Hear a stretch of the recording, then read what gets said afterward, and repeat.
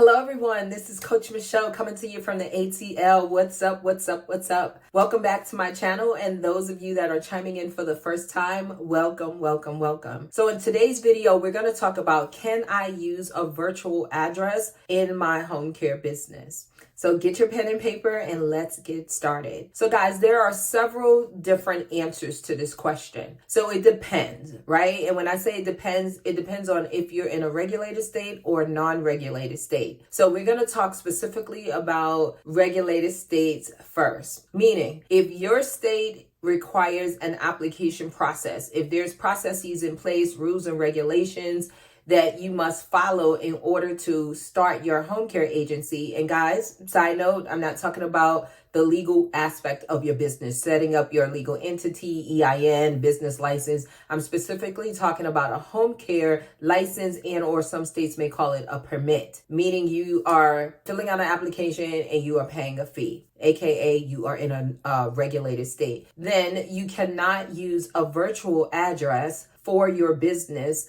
because they will be coming out to do a survey. They may do a survey prior to you getting your license. They may be a survey required after you've established yourself and became operational, depending on the state that you're in, and or there may be follow-up surveys where they come out to make sure that you are compliant. In those situations, you absolutely need to have a physical location. What is a virtual address? I know some of you are thinking. So a virtual address is when you are not physically there. You don't have an office, meaning it's a larger corporation like a Regis or a Da Vinci, right? And there's plenty other local ones, but those are the national ones. So it's like there's a large company and you are able to use their address, very similar to like the co-working spaces that you may be familiar with. So meaning you pay them a small fee, and usually based on my experience, they range from, $50 on up to maybe $200, depending on where you're located. A larger metropolitan area is going to cost more because most likely you are using an address for a high rise, more corporate type feel. So the prices definitely vary month to month depending on the location and of course the company that you use. So a virtual address is good for marketing material. So you're not putting your home, right, address on there. Many states, actually the majority of the regulated states do allow you to work from home, meaning you can have a home office. So virtual office, when you are paying them for the address only, then I would recommend using that address on your website, your brochures, any marketing collateral that you create. That's what it's for. Your Google listing, as far as on Google Maps. So there's definitely purposes, if you will, for using a virtual address. However, it's just not going to work if you're using it for your main office. It needs to be a brick and mortar, aka your home address, if you don't invest in an actual office space. So I wanted to make sure you guys understood that because we've received quite a few questions around this topic, and individuals wanted to know, what's the difference between an office, a virtual office, and if I do use a virtual office, can I use it on the application for the state? And the answer is no. Now, let me tell you this. If you are in a non-regulated state, then yeah, you can, because there's no one governing you. So meaning no one's going to come out to your office. So you can do that, still work from home, but use that address on, whatever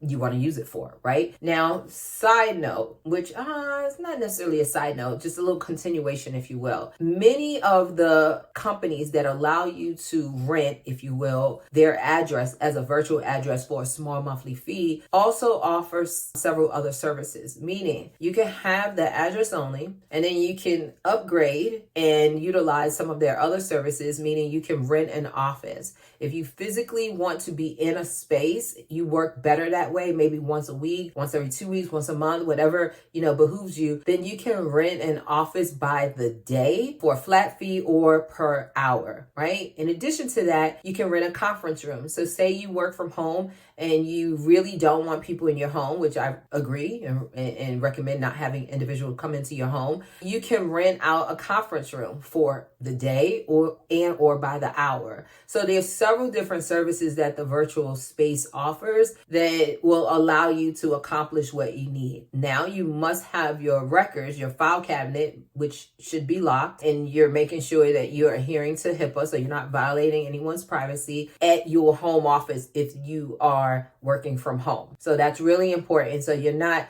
carrying, a file cabinet to the office. You're not doing any of that. You're just renting that office for the day or for a couple of hours. Same thing with a conference room. Now, let me tell you this. What I have found is that many of you that rent a conference room for the day so you can do interviews is you are pretty much kind of like wasting some time.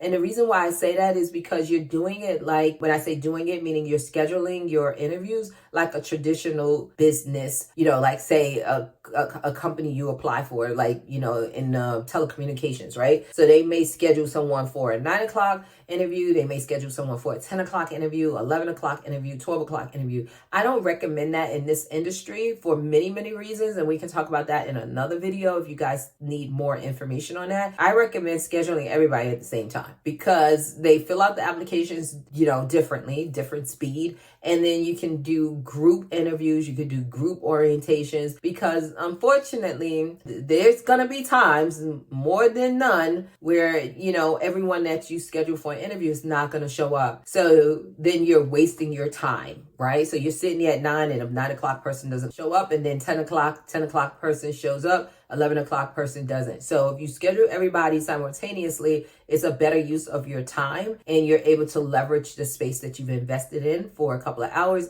or the day. And then when you are thinking about expanding, right? So now you've started your business, you have some revenue coming in, you're able to, invest in an office. So you're no longer working from home. It's a nice transition because then you can go from having just the address and renting by the hour or day. Guess what? Many of them have dedicated offices. So meaning you can keep your same address. You've already, have this address on your marketing material. It's on your website. You've invested, in different type of collateral. So you don't have to throw them away or put a sticker, a label on top of it, which is not really professional. Then you can just say, okay, I would like to rent an actual office. Then that means your address stays the same. Everything is great. And then you just go into a month-to-month agreement or 6-month lease or a 1-year lease. So you do have some flexibility and options when it comes to renting a virtual space.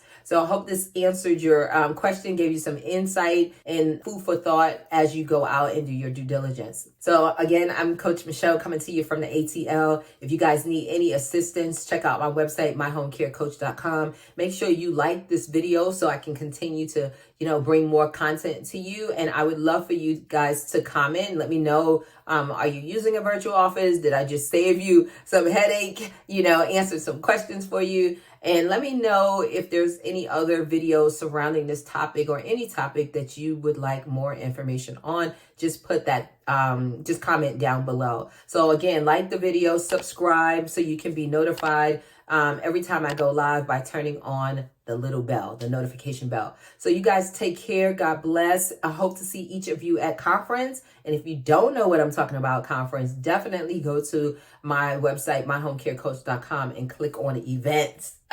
We got 3 months, guys. Conference is coming up quick, and I would love to see each and every one of you there. So take care. God bless. Happy holidays, and God bless.